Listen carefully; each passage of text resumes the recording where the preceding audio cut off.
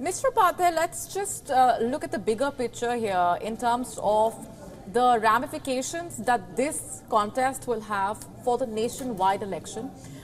Like we've been saying, it's too early to draw any comparisons. It's too early to also take a look back again at what happened vis-a-vis the 2018 and the 2019 elections. But let's face it, this is a semi-final contest, and which is why the battlegrounds and the messaging that they put out will be crucial for the main parties whose future is at stake. But let's just speak specifically about the trends and the way in which things are panning out for the Bharatiya Janata Party. If these trends continue to stick, it will be a major boost for the party for that crucial contest at the national level.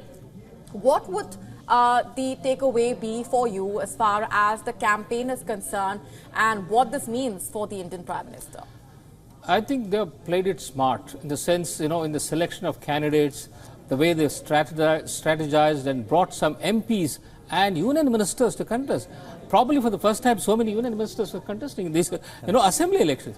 Of course, just about 6 months are left for the, the term of the Lok Sabha to end, and they will have to decide whether they want to contest for Lok Sabha or remain if they get elected. What happens, all this.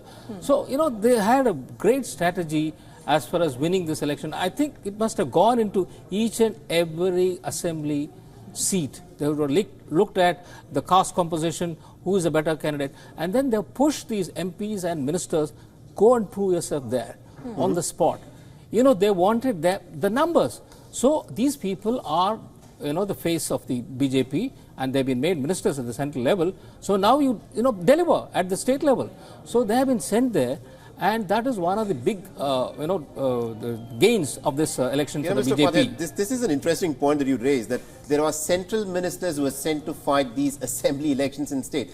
Does it actually point out that before the voting actually happened, that the BJP perhaps was nervous and therefore it was fielding its central ministers to go and fight these state polls? Is that normally a done thing in politics, or did it exhibit a certain level of nervousness on the part of the BJP? Absolutely. It was nervousness, and they have fielded the Sachin Tendulkars and Virat Kohlis, but they've been disconnected from state.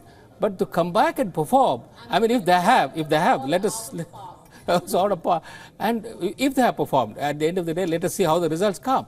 So if they have performed, that's a great move, to bring them back. So we will have to see. Probably this will give them an indication as to how they should go about selecting for 543 seats. So, for the Lok Sabha, so probably this will give them some indication as to in which state we have to bring in the central leaders or the MPs into this or that. All kinds of combinations and permutations will come into play now.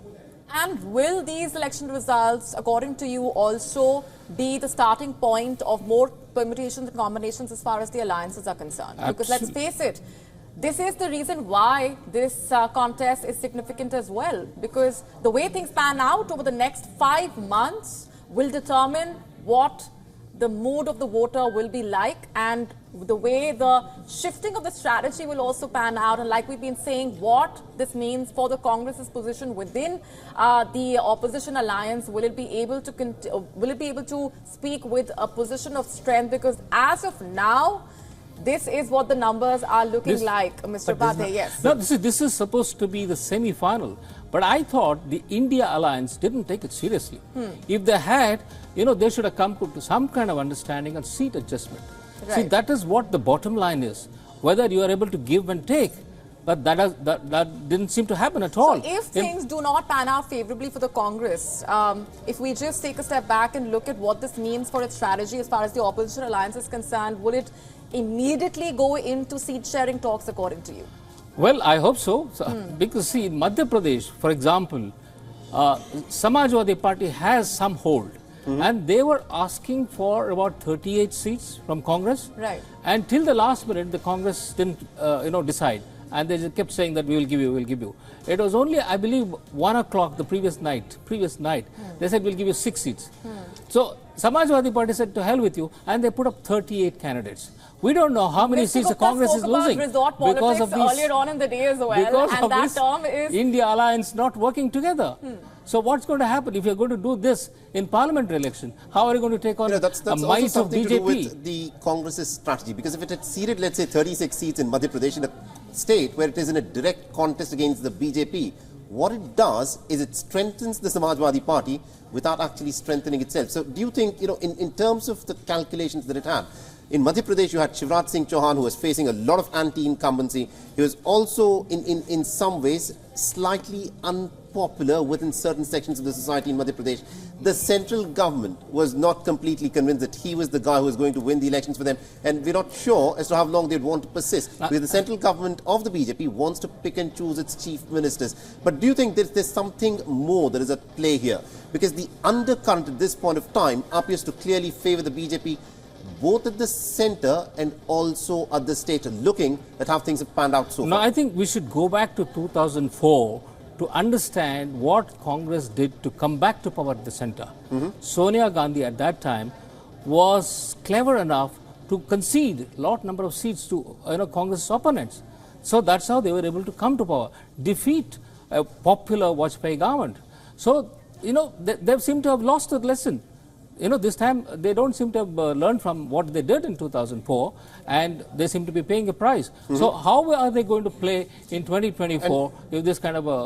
and also it's about the issues. You spoke about the caste census, but just to go back to the issue of caste census, do you think that's actually an issue that will even fly? It may work in certain states like Bihar, perhaps in Uttar Pradesh, but pan-India, when you talk about a caste census, the BJP, which earlier had this reputation of being this Brahmin Banya party, that does not stick anymore, because Narendra Modi himself is an OBC, and the BJP will say that, listen, the Prime Minister is an OBC, so how is it that you bring up a caste census and accuse us of not having given the castes their due? Do you think that's an issue that will actually stick at all? I don't think so, because see, in the parliament itself, we know the kind of response that the BJP gave to Rahul Gandhi, who said you have only 2 secretaries at the central level.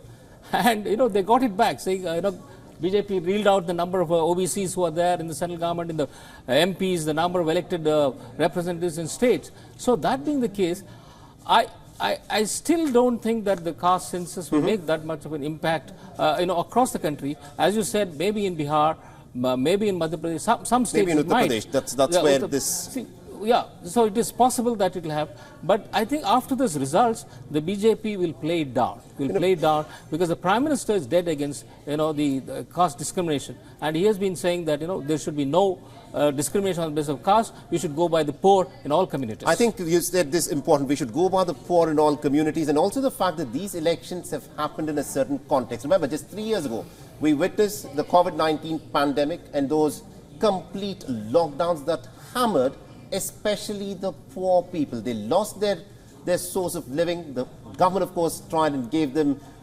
free atta, free food, etc., so that they could survive. But in terms of their standard of living, that plummeted. But despite the fact that it was the poor who got so badly hammered during these lockdowns, they still seem to have come out and voted in a big way for the Bharatiya Janata Party in these crucial Hindi heartland states, which are predominantly rural. Mr. Sharad Gupta, what do you think has actually worked for the BJP? How did the BJP convince the poor, the rural poor, especially after the COVID-19 pandemic, the lockdowns where they suffered so much and they ended up losing a lot of their employment? See, this 5 kg ration scheme, which is being given to 80 crore Indians, mostly rural folks. So that is something which they have been benefiting from. Then the Ayushman Yojana, which is benefiting them in healthcare. So there are schemes, as I said, Jal Jeevan Yojana, means they are getting potable drinking water at home. Jal Jeevan Mission, that is potable water to each rural home. Yes. Toilets, then 2-bedroom homes. So there's so many things the government has been giving to them. That is benefiting the BJP because it is being seen as a welfare oriented party. So that is benefiting the BJP. So I think that is going to continue, since the government has already announced that they are going to continue these welfare schemes till especially the free ration till next 5 years. So maybe they are going to benefit out of these schemes. Right, like we've been discussing, the other focal point as far as the BJP's also the Congress's strategy in the run-up to that big 2024 contest is the issue of farmers' welfare, and which has also taken center stage in these battleground states. Let's just also talk about the way in which this election will have lessons for the Congress as far as its strategy is concerned. Mr. Upadhyay, the campaign style of the BJP this time, especially in the states of Madhya Pradesh, especially in the states... Okay, let's cut across to Shivraj Singh Chauhan there. He's addressing the media. Let's listen in to what Shivraj Singh Chauhan has to say. अपनी जान बचाने अपने बच्चों को लेकर भाई और बहन दौड़ रहे थे और वो भयानक दृश्य ऐसा है कि कई मवेशी भैंसें ऐसी थी जिनके पेट फट गए थे। दौड़ते दौड़ते कई लोग गिरे और हमेशा के लिए दुनिया छोड़ के चले गए। मैं हम सब भाई बहनों के चरणों में श्रद्धा के सुमन अर्पित करता हूं, लेकिन इस संकल्प के साथ कि फिर कोई शहर भोपाल ना बने। ऐसी गैस ट्रेजेडी फिर ना दोहराई जाए। हमें सबको सोचना पड़ेगा। केवल मध्य प्रदेश और देश की बात नहीं करता, दुनिया को भी, कि भौतिक प्रगति की अंधी चाह में हम प्रकृति के साथ ऐसा खिलवाड़ ना करें कि प्रकृति हमको ही निगल ले। और इसलिए विकास और पर्यावरण में हमको संतुलन स्थापित करना पड़ेगा। ये धरती सबके लिए है, मनुष्यों के साथ साथ कीट पतंगे, जीव जंतु, पशु पक्षियों के लिए भी है। तो सबके लिए धरती सुरक्षित बने और आने वाली पीढ़ियों के रहने के लायक भी बनी रहे। ऐसे सारे प्रयास न केवल हमको मध्य प्रदेश में बल्कि देश में और दुनिया में सबको करने पड़ेंगे। अभी दुबई में प्रधानमंत्री जी ने, श्रीमान नरेंद्र मोदी जी ने धरती को बचाने के लिए जो आवश्यक कदम उठाने उनका जिक्र किया था। भारत उस रास्ते पर चलेगा। मध्य प्रदेश भी हर संभव प्रयत्न करेगा कि पर्यावरण